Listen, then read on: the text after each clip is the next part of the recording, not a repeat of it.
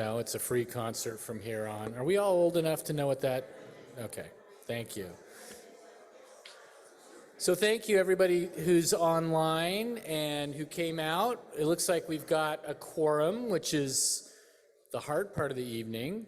Sorry we're starting a little bit late. Everybody was having a good time schmoozing in the lobby there. We can't have anybody having a good time. That's not allowed. This is a business meeting after all.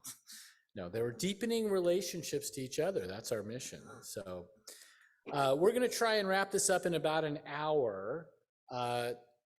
We don't anticipate time for a general questions and answers period, which is tough in this kind of format anyway. But I want to remind you that if you have ever feedback to give, we have an email, feedback@templebethom.org, which you can access anytime, 24/7, 365 days a year, even Yom Kippur if you'd like. Although probably shouldn't, but depends. You know, maybe you're just overjoyed with our services and want to give feedback in the moment. You can also email me. Can you talk louder? You can email me, president@templebethom.org, anytime. I'm not there 24/7, 365, but I will get it eventually. Occasionally I go fishing. So we're going to start this off with Rabbi Jason. There you go. Awkward end of a sentence. All right. Bruchim Habaim, welcome friends. It's an honor to be here to open our annual meeting tonight, and I'm joined on the bima, on our dais, I suppose, this evening by our amazing staff that work diligently and just give their all to this community. Rabbi Ruth Zlotnick, Raina Abraham, Davida Sims, Rabbi Dana Benson, and Jacob Glickman, amongst many other staff members. I should add the titles too. Director of Jewish Experiential Learning. Close. Director of Jewish Experiential Life. Experiential Jewish Life. And we'll talk more about that in a minute. Our Youth Learning Engagement Manager and Executive Director. And I'm really just grateful to the staff for all they do for this community and how much they give, and it's truly a blessing. But we're gonna there we go, thank you, I'll do that. Also online, I see we have Amanda Radman, our Membership and Development Associate. I might have messed up the title as well, but thank you, Amanda, for all you do. And if there's any other staff members online they do not see, I apologize, but I'm grateful to you all. And that's what happens, we don't practice. And Jamie Schur, our technical manager in the back. Jamie, who keeps us going all the time. Did I miss anyone? Okay, we're good. We open tonight's meeting, of course, with a blessing for the needs of the community. As we've done recently in various meetings, Torah study, and other gatherings, we are embracing how we experience God. How I experience God is different from how others experience God.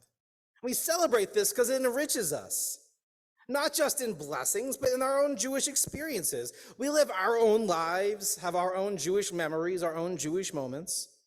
We cannot replicate someone else's experience, and they cannot replicate our own. But we can listen and appreciate and honor each other's lived experiences. So I'm going to ask Jamie to put up on the screen a selection of blessings. And when we select which of these blessings connect most to each of us, we are embracing and boldly stating who we are and what we believe. What a wonderful and freeing opportunity to speak our truth, surrounded by others as they speak their truth at the same time. Just take a moment to read the slide and find which expression of God speaks most to you. And then we'll bless together, embracing each of us as one community. Just take a moment.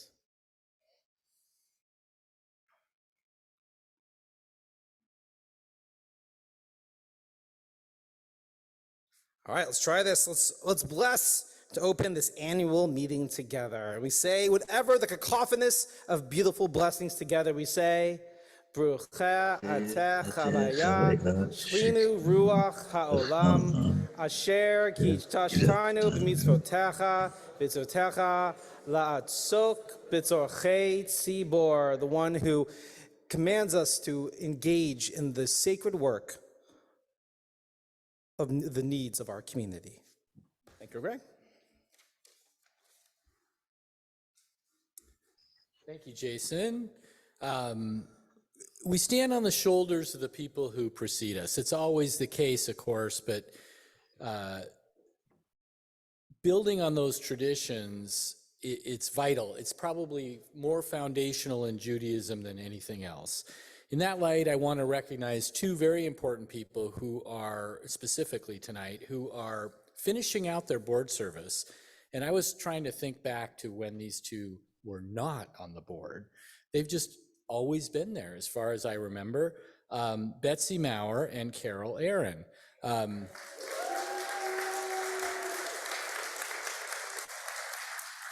Caitlin, do you want to come up and say a few nice things? Hopefully nice things. Nice. Yeah, I just said, I'll be more specific.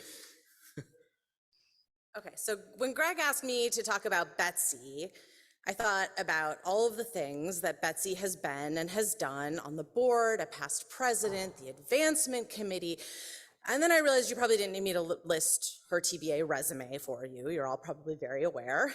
And then I tried to think about, well, Greg probably asked me because maybe I have a personal connection to Betsy. So is Betsy a friend, a mentor? She's not really quite old enough to be my parent. She's not quite my sister. Who is she? And then I thought about all the ways that I interacted with Betsy in committees and services and other events. And I thought, oh my God, do you know what Betsy is? She's actually the mission. She is building community with me and other people, and she's calling people in, whoever they are, wherever they are, and she's advancing the mission. And she's building communities to Judaism and to each other, and I'm super grateful to have been brought more fully into the community here through her guidance and her being so welcoming and always being there to listen. And I'd like to echo Greg and say she's been very important and thank her for her service.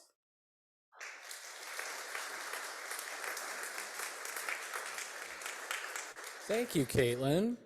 And of course, Rabbi Ruth is next, but she's stepped to the back. So I'm going to just. Okay, all right. Apparently there's an agenda that I've got in my hand that I'm not following. I love the look of terror on Rabbi Ruth's face. It's really why I do this. It's been a fun ride. Yes, of course. When you said in between, I didn't know what you meant by in between. Okay, and we've also got Kelly. There you are. I knew you were there somewhere. Who's going to honor Carol? And I believe Carol. I'm sorry. Honor Betsy. Carol. I'm sorry. I'll get it together by the time we get to the real hardcore part. He has pages of notes. Okay, Betsy's not here. Okay, but this is for Carol. Carol and I, where is Carol? Right there. Okay, hi. I knew you were here, but nice to look at you in the room. So Carol and I overlapped on the Finance Committee 2 years ago, I think it was. Carol, before the moment in time at which we overlapped, Carol served 4 terms as treasurer.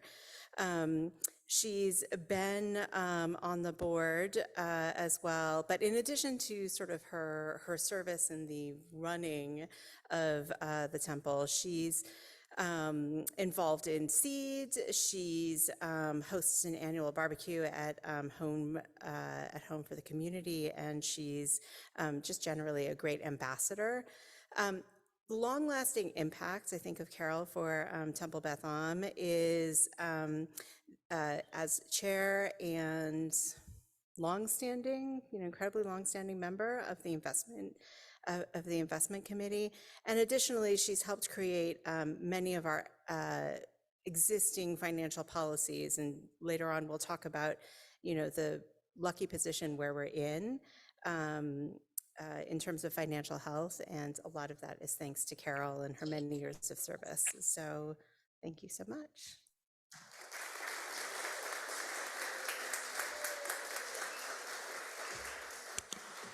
I'm actually going to invite Carol, if she's comfortable doing so, to come on up, as well as my rabbinic colleagues to come on over. That's you, Carol. Well, Betsy, if there's a way, Jamie, for us to highlight Betsy, and actually rabbinic colleagues, why don't we just stand, and Carol, you can be right here. Can we highlight Betsy? Because I have to say that I was trying to do an accounting of how much between the two of you, how many years of board leadership is represented, and I couldn't quite do the math. When I asked Carol about it, I said, Carol, what is this, your third or fourth rodeo? And she said, no, Rabbi Ruth, it's my last rodeo. But truly, I'm a little verklempt because, you in your role as treasurer, Betsy in your role as president, your efforts over at least these last years, I wasn't there. I want to thank you for your first, second, and third rodeos, because if you hadn't served then, we wouldn't be here now. And now, for your board service in recent years, you have sustained our community through, it's a cliche to say, historic times, and you will help, and I know this means something special to you, Betsy, and to you, Carol, because of the work that you both have dedicated to our community. You've ensured that our seed students, our youngest students, will graduate with a strong sense of Jewish community around them. And so to the two of you, I share these words from the book of Deuteronomy. Ma Adonai Elohecha, what does Adonai, our God, require of us? To revere, to love, to serve with all our heart and soul, and to keep the commandments and statutes of Adonai, our God and God of our ancestors.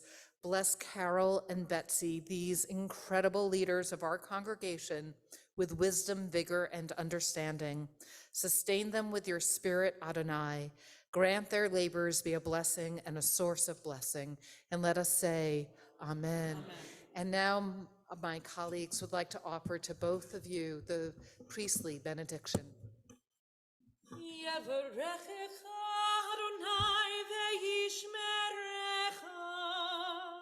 May God bless and keep each one of you.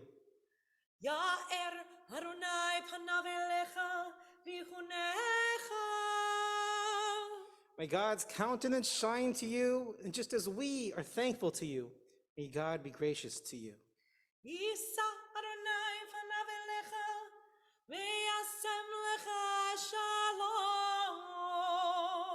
As you have blessed us and our community, our people, with so many years of diligence and loving service, may God continue to bless you and be with you, and grant you peace in all the days to come. Ken ye hear out son, may it be God's will. Amen. Thank you, Betsy. Thank you all. Thank you very much.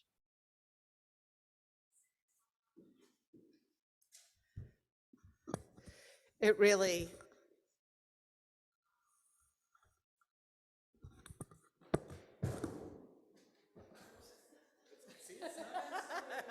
that's what I was going to say, but that's exactly what I was going to say, Greg, is that when Greg and I had that little misstep with the cues, I sat down and I think I may have said to Raina, oh my God, shoot me now. And Raina said, no, you're just role modeling transparent authenticity. And so which is indeed.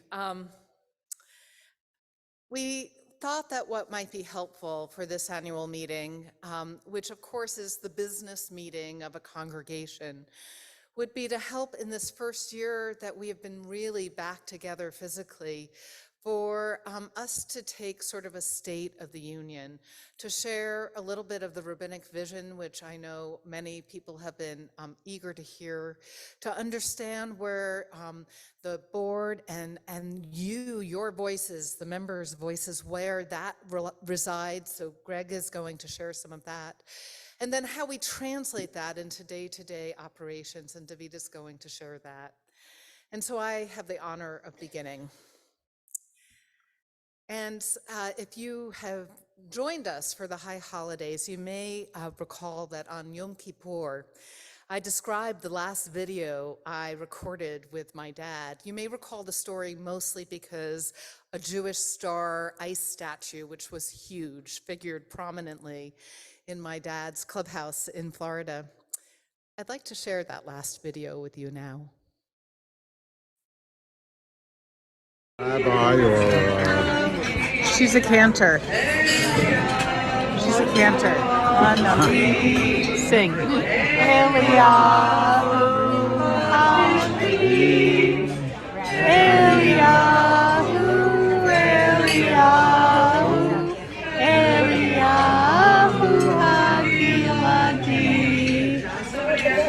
Chag Sameach, everyone.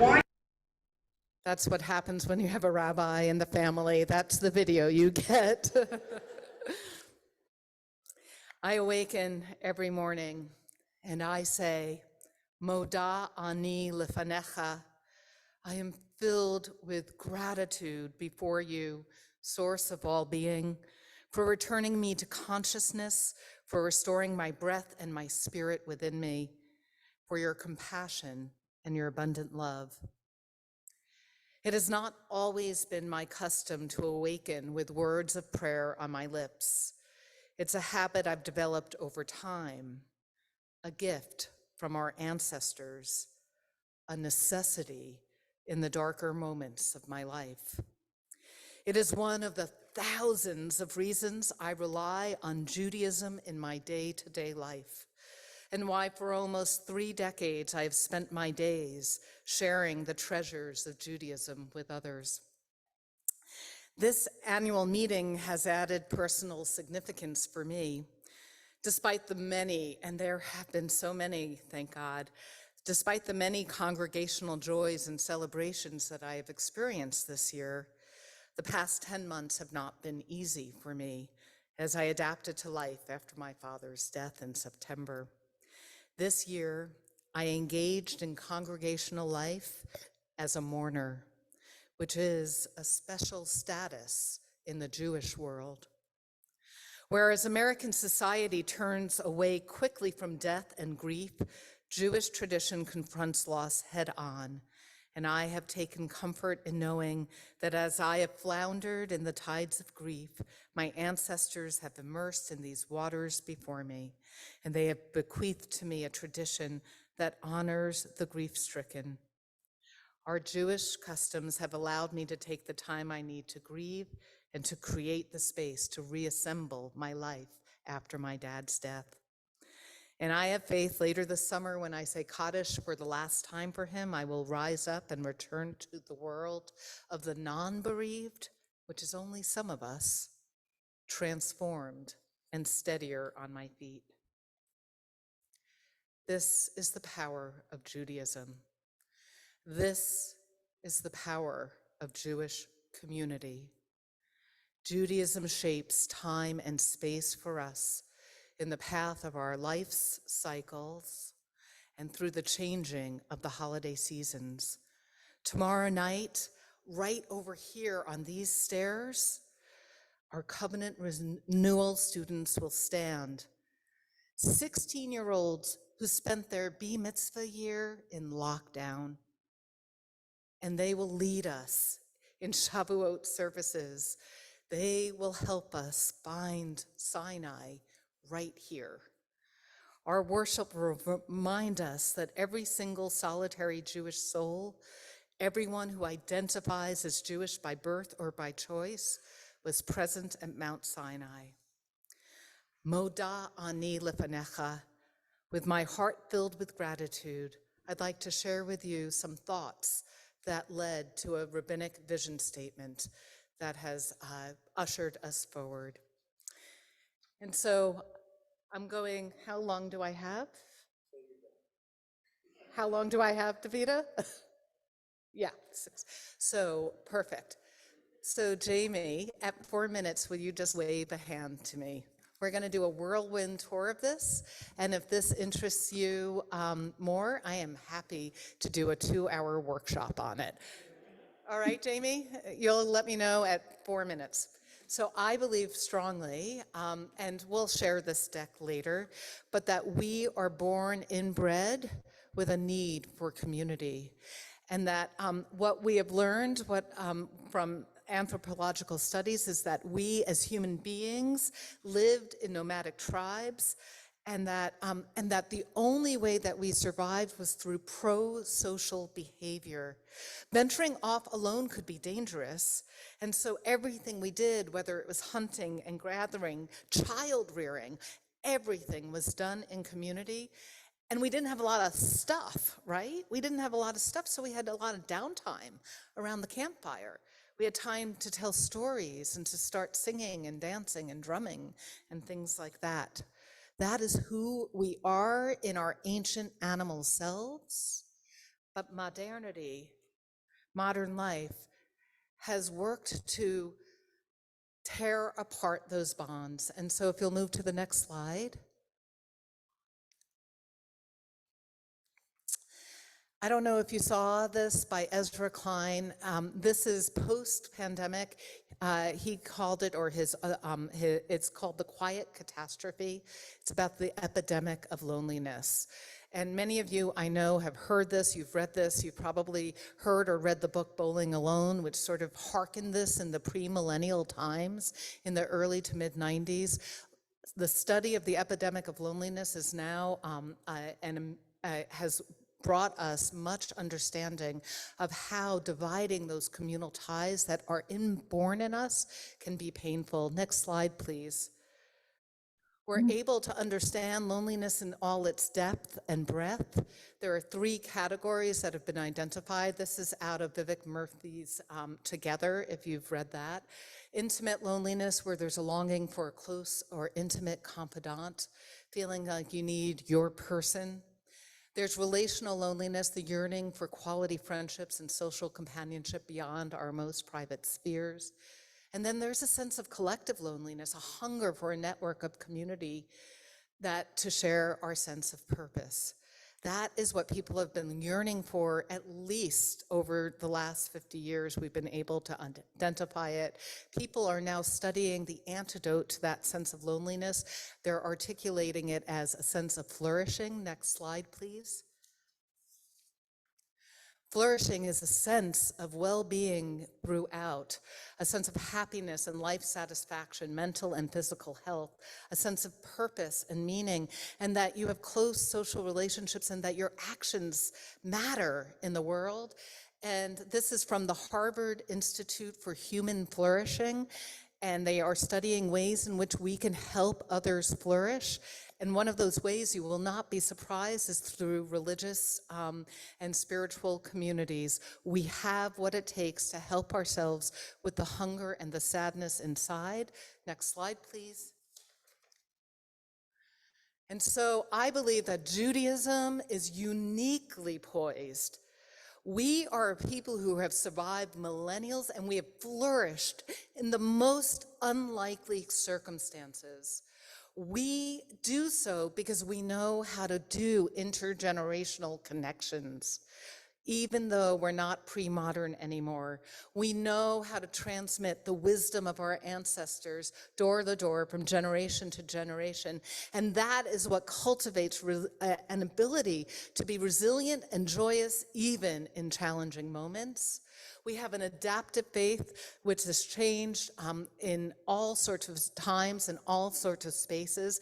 And I think that perhaps I haven't been really as honest as I should have been from the moment I came here.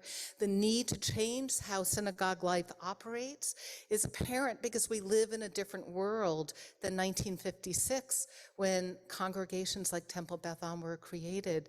The communal ties are still there, but we need to think differently about how we make that community. That's what we've been doing for the last 6 years together, and I'll tell you why I say 6 years. Then we have the master narrative. It's a story that the teens are going to tell us tomorrow. It's about the relationship of God with humanity, and everything we do we do in community. There is no such thing as a Jew in isolation. Our religion is based on these sacred actions and obligations that strengthen relationships in the home, in the synagogue, and in the world around us. And all of this, next slide, please. It was this philosophy that led us to have community conversations about how do we move forward into the future. And we created this vision, mission, and set of values that helped us. And I have to say that have withstood us the ability to get through. I like to say my first 3 years, I came in 2014. By the end of my first 3 years, we were in the middle of the Trump presidency. By the end of my second 3 years, we were in the middle of lockdown. And here we are at the end of my third 3 years. And here we are, this vibrant, beautiful community. And so I believe it's because we know that we can inspire each other and we can heal the world through powerful Jewish experiences. And we do that every single day. And I know that Project Bina has told us that not everyone really understands what the mission is. And that's what we're going to do over the next several years. We're going to deepen relationships to Judaism in our community by engaging the soul, the heart, and the mind with the values of inclusion, inspiration, purpose, engagement, curiosity, and responsibility. So I know I'm going to go 2 minutes over, but I just want to spend my remaining time by sharing the next slide. And so this is something that has been shared with several boards since 2020, I believe, and that I am sharing with all of you today, and that I'd like to engage in conversations with you, and we'll talk about it in just a moment in terms of what this means for all of us. But here's what my vision is for Temple Beth Am, and it may not be yours. So we have to have this conversation together, so that together we create a shared vision for Temple Beth Am. But this is my dream. Temple Beth Am can become a Jewish home where people discover joy, meaning, and belonging. This means the doors to our congregational home need to be wide open, allowing ease of entry for all kinds of Jews and for all kinds of spiritual seekers. More than a physical place, Temple Beth Am could become an experience, a shelter for our souls sustained not only by walls, but by the genuine relationships that people form with one another. The congregation could become a nimble, networked, and interconnected web of relationships that impact how we engage in all our primary Jewish acts of prayer, learning, and acts of chesed, loving kindness, and justice, tzedek. And then next slide, please. So the one thing, those notes that you're seeing, those are the notes of the teaching that I did. I think it was in room 226. I can't quite remember. And it talks about 3 forms of leadership that we see in the Bible. And I said, I believe that Jews like 3 different models of leadership because the only way for the Jewish community to sustain itself is to have collaborative leadership. And so that is my dream rabbinic vision, to work in collaborative partnership with all of you to create a Jewish home for joy, meaning, and belonging. And so now I'd like to invite my 2 sacred partners, Greg first, and then Davida. Thank you, Rabbi. I'd like to take a minute here to thank Rabbi Jason. As you know, Rabbi Jason is closing out his time as a congregational rabbi here at Temple Beth Am this fall. And I'd like to formally thank Rabbi Jason on behalf of the board of directors for his incredible body of work.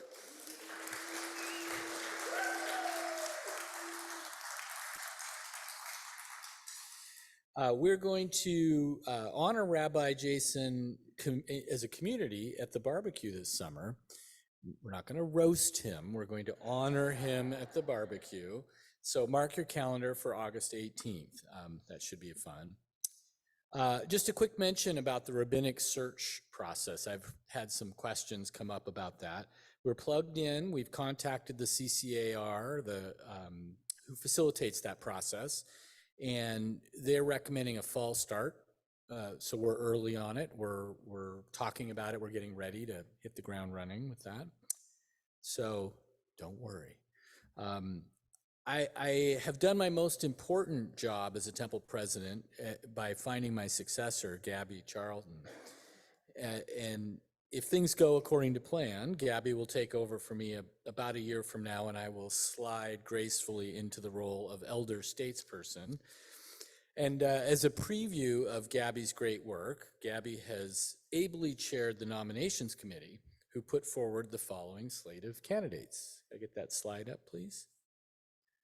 There we go. The board is recommending that the congregation vote to approve this slate. So I'll give you a second to read it. These should be names that are familiar for the most part. I'm going to need a motion from someone here or someone online. Gary, I see you. Thank you. A second. Oh, beautiful. Robert's rules and all. Perfect, Gary. Thank you. I didn't hear.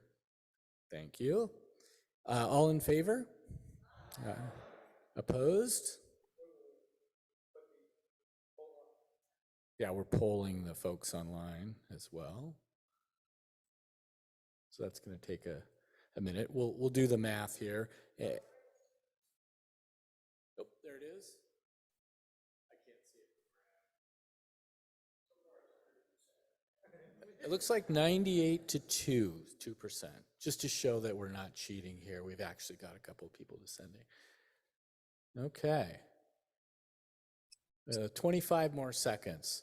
27. Oh, actually, that's counting up. Any abstentions from the folks that are here? I think that looks like it's passing. Do we all agree that's passing? Thank you.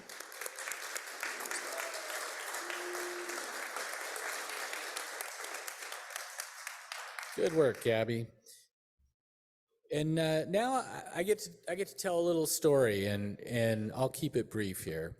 I had the honor of attending a seminar this spring. It's a seminar that's conducted annually by the URJ. They bring together temple presidents from the US and Canada for a long weekend of learning, sharing best practices, and community. We rubbed elbows with the leadership of the Reform movement. Rabbi Rick Jacobs actually asked us what we thought about some of the positions the movement has taken with regard to Israel. That was humbling. You'll be glad to know that I remained uncharacteristically silent during that part of the weekend because I don't know anything about that.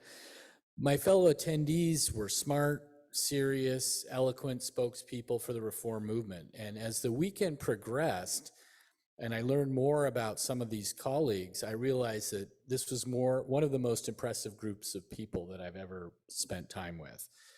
Subject matter experts in every area you could imagine. I spent some time talking to a guy that was in the State Department. I mean, anything you could think of.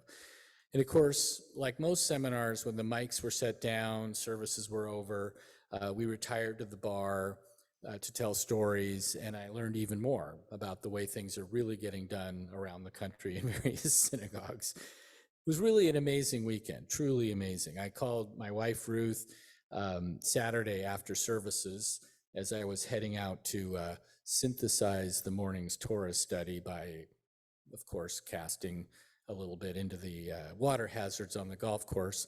And yes, I did catch a fish. But I called Ruth and I told her how moving and inspiring the Torah study and Shabbat morning service were. And I think her response was, blink twice if you're being held against your will. You know, it's not a characteristic statement from me. But believe it or not, the best part of that weekend actually happened on my way to Dallas. I was on the plane, I got out my laptop, I began editing my notes for a board meeting that we were having that night. We were scheduled to have that night. I was going to be participating via Zoom. And my job was to tee up the discussion about the budget and hand it over to our ED DeVita and our treasurer TJ Stutman for questions and answers from the board. It's sort of one of the last steps in the development of this budget, leading ultimately, hopefully, to approval here this evening. And my seatmate in the middle seat, while I was working, I began fervently studying Luke. in their Bible. So the second cup of coffee rolls around, and I asked her, why Luke? I know Ruth Berkman saying, why are you talking to people on the plane? She's from New York. She never talks to people. They may stab you. But I asked her, why Luke? Because I have a mild interest in the way different faiths set their annual Torah or Bible study. Started when I tried to do Daf Yomi and made it 0 days through that cycle. But in the course of conversation, I learned that this person had been a congregational pastor and had given it up to follow her calling, which was stopping worldwide sex trafficking. And I just mumbled, I wish I had a calling. And we were talking. I explained that I was the president of a Reformed synagogue off to this seminar in Dallas. And they asked me one question, why? And I could tell that my usual funny story that I tell when people ask me why I'm president of the synagogue was not going to work. So I actually told the truth. It's all about the community. This is my community. It's community is a practice to me. It's a verb. It's an action. It's something that you do. And it was my turn to give my energy to the community I love, just to help it thrive. This person spent the rest of the flight explaining that not only did I have a calling, but it was a calling of the highest order. How strong communities are the best defense against many of society's ills. In fact, she sounded a lot like Rabbi Ruth, a little more Christian edge to it, but on and on they went. It made me feel less and less like an imposter, and I suffer from imposter syndrome. I think many people do. But can you be an imposter to imposter syndrome? That's the question. Anyway, I felt less and less like an imposter and felt like this work that we do serving the community on the board is practicing your faith to a very high degree. And then we landed, and they were gone. But I entered this Shite seminar, the seminar from the URJ, in a very different state than my normal state of mind. I was fully present. My shields were down. The comedian stayed in Seattle, as I should. Not that good of a comedian. And I knew that I'm good at serving my community. I'm good at my calling. I'm good at fostering it, smoothing rough edges, and now knowing that the work we're doing is important. And not just what we do, but how we do it. We have a chance in our little community here to remind the world of a fundamental Jewish tradition, honoring each other, even when we hold opposing views. In fact, especially when we hold opposing views. We Jews have a habit of being light unto the nations, of teaching people the way things should be done, and that, my friends, is how we repair the world. With that, I want to hand the mic over to Davida, my sacred partner in the operationalizing of these lofty goals, for some highlights of our mission-based budget. Davida?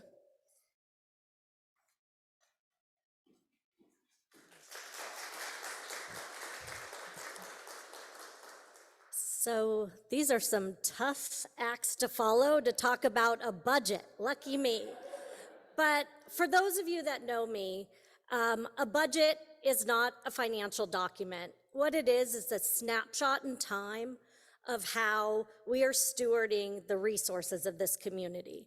Every single penny that you give at its core is a donation. No one has to belong to this community. No one has to give to this community.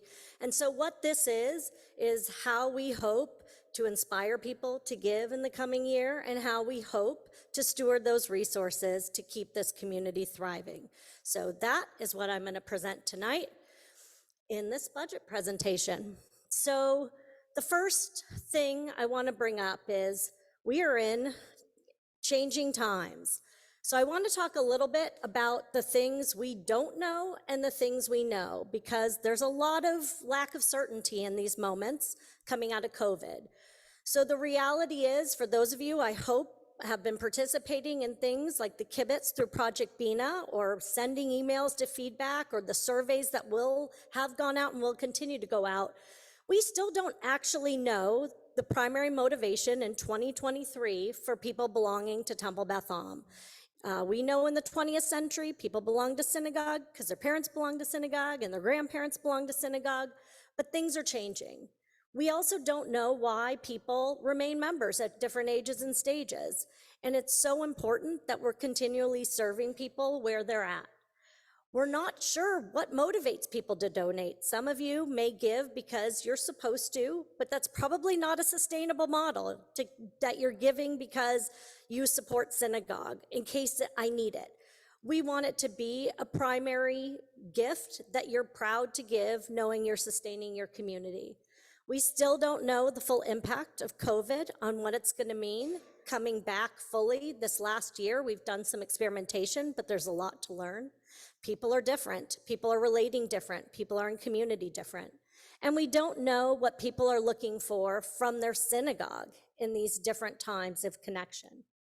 The good news is, next slide, there are things we do know. We know that our membership at Beth Am is up, even though that is not a national trend.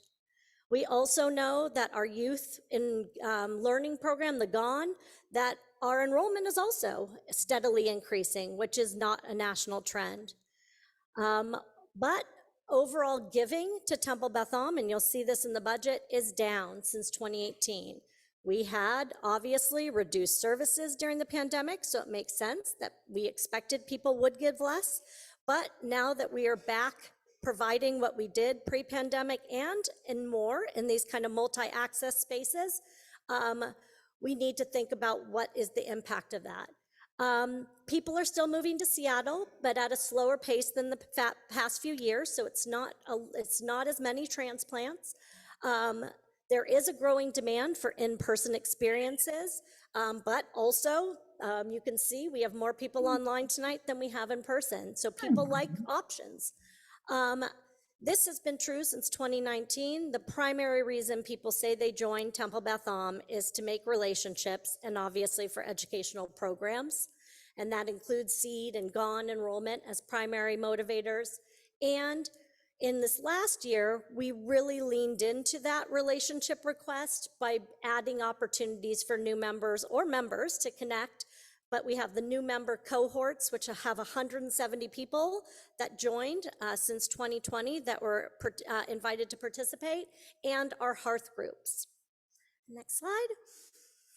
That leads to this budget. And the most important thing I want to point out is not that we couldn't find a dream $36,000 to get us to a balance zero. We could have probably, we're going to raise magic money or something. The most important thing is that it's almost a $400,000 increase from last year. That is because year over year, between 2019 and 2022, we decreased the budget to match the decrease in services. And we did come out with a surplus each year, so we did well in that model. But in order in 2023 for us, for those of you who participated in the Sukkot Festival, Purim, bringing back congregational dinners, you know that we were fully in person this year, and we hadn't planned that originally in the 22-23 budget, so we had to supplement that with restricted funds and other sources. We're going to run a deficit this year, and the thing to know is that obviously, when you're using restricted funds, that's a one-time use. We can't rely on that in the future. So it means we're going to have to increase revenue to continue providing something similar to what we provided in the 22-23 year. So it's not that we're adding a bunch of things in the coming year, it's that we're replicating this year with a more sustainable budget. So I'm going to get into a little bit of details about revenue and our expenditures. So our primary revenue stream, unsurprisingly, is your annual financial commitment. It is not, we called it dues once upon a time, but the reality is it's your primary philanthropic gift to Temple Beth Am. And you can see that this year, we're just trying to return to where we were in 18-19. So for people who did pull back, it's going to be so important that as we're providing more, that we're able to raise the revenue needed. we would have had to raise, we didn't, there were a few years, you could see it during COVID, where we didn't even actually ask for an increase. This year, we're asking for a 5% increase in dues, which isn't even quite inflation, but it's making up for a few years of kind of holding steady, as we wanted to make sure we weren't asking for funds that we weren't going to be able to provide services. Next slide. The GON is another primary revenue source. And you can see that again, the GON is just returning closer to pre-COVID numbers. We actually, after the 18-19 years, so going into 1920, created an inclusive GON tuition. So you used to have to pay for retreats, you had to pay for food, you had to pay for different items. And we now it's inclusive. So your GON enrollment includes everything. In the coming year, we're just going to have a lesser fee, but it includes pizza. We want everyone to break bread together. We want food to be part of the program, not something that is utilized by some and not by others. Being in community includes being in community for meals, etc. We're also going to give families an opportunity to at least know what the cost of tuition is that's subsidized by dues or your annual commitment. And so it's basically a philanthropic ask. You can pay tuition, or for those that may feel like I can absolutely make a gift for the full cost of the GON, we're going to give families that opportunity this year. Next, this is something that I think I want to make sure people, how are we doing? Financial health is how many kids do we have? How many families are growing up through this program?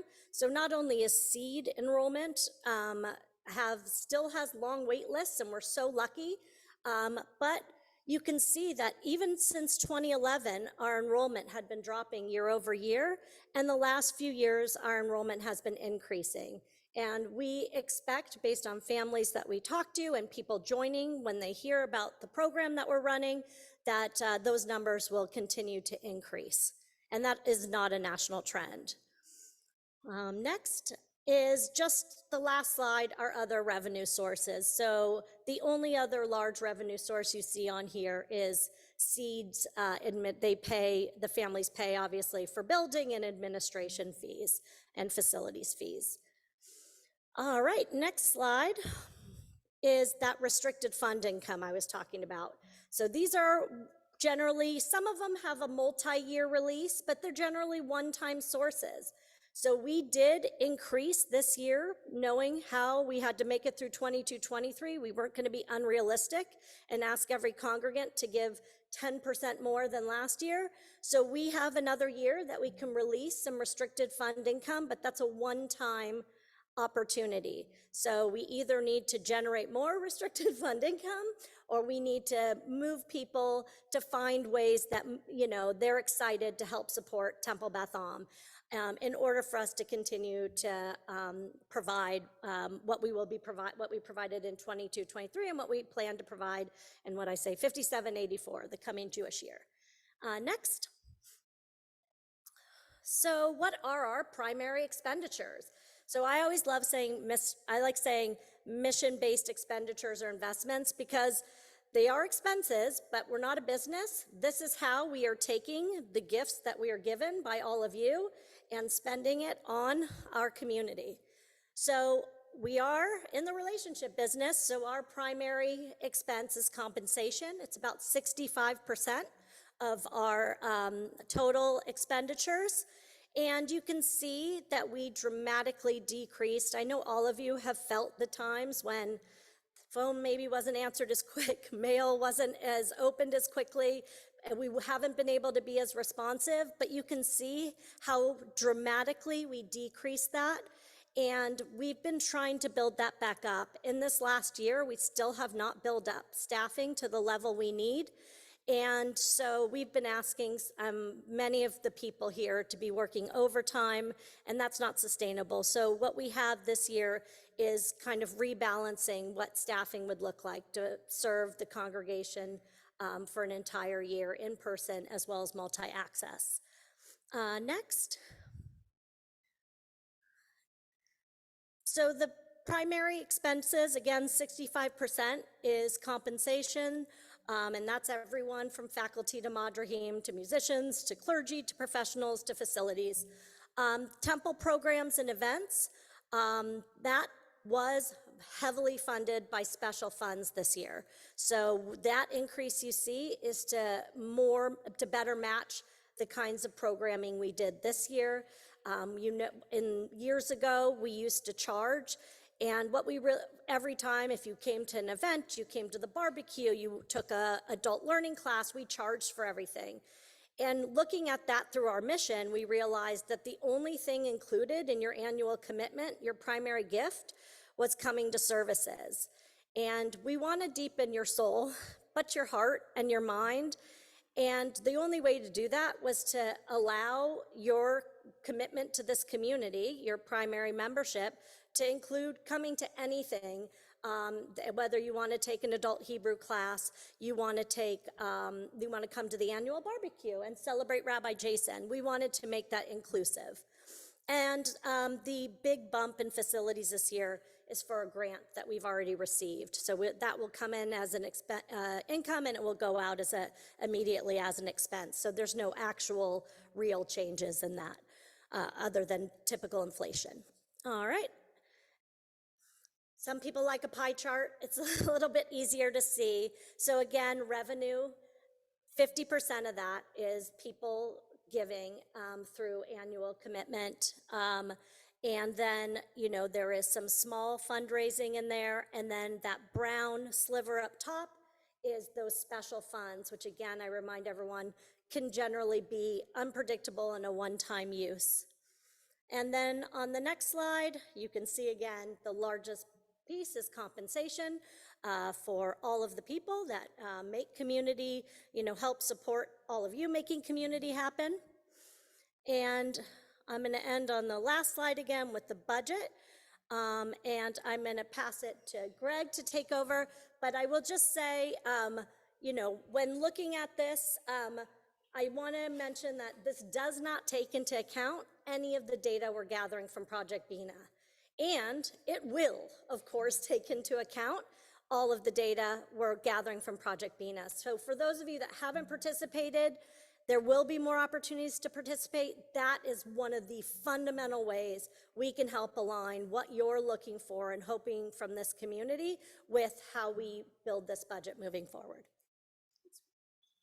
Thank you. We should have started with that. That was the best part. Hey, I'm a retired accountant. I love this stuff. The board is recommending that the congregation vote to approve this budget. I need a motion from somebody. Gary. Thank you. Can we get a second? Seconded. Several people. All in favor? Aye. And we'll let that roll for a minute, but it looks like it's passing overwhelmingly. Terrific. We're going to call that passed. Thank you very much. Yes?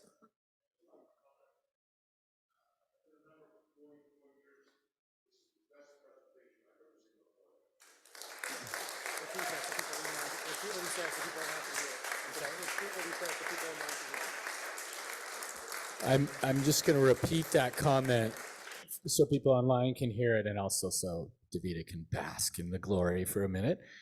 Rich Shikiar said he's been a member for a few years, 30, 40, many years, and it was the best presentation on the budget that you've ever heard, so thank you. Actually, TJ, can you stand up and just give a little wave? You and your group did a fair amount of work as well. So look at that. We're almost on time. I think the last step, if I told you I was going to mostly get it together, but Dana, I think you're bringing it home. An honor to do so. Thank you, Greg. Actually, thank you to all of you this evening, because as you've heard, this is going to bother me until I fix it. Sorry. This is about community. This is about the relationships we have built, that will continue to build, the ways that we'll have that space together. And so I think it's only fitting that we close with the words of Shehechianu. We're back in person again, being able to have this meeting in a multi-access way. We have survived and even thrived maybe to see this moment. We've had students who have gone through pandemic and are now going to lead us in Shavuot worship. We have a budget that we are pretty sure was approved. No, I'm just kidding. We are sure was approved. And so I think a Shechianu is due. So if you'll join with me as we chant these words together as a community. Amen. And if you want to put your arm around each other, no pressure, but it might be nice. Aw, that's good. And you online, you can just put your hands out to make it look as though you're doing it. Just kidding. Oh, that's kind of cute, actually. Aw. And so we join together to acknowledge that we are here living this moment as one community.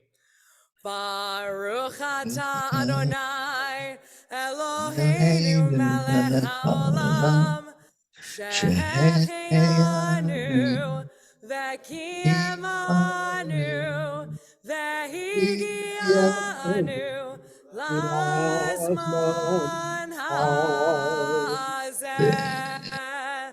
Blessed Eternal One who has allowed us to survive, thrive, and be present in this moment together as we say, Amen. Thank you, JD. Thank you, everyone on Zoom. And with that, thank you so much. Enjoy the snacks, and thank you for joining us.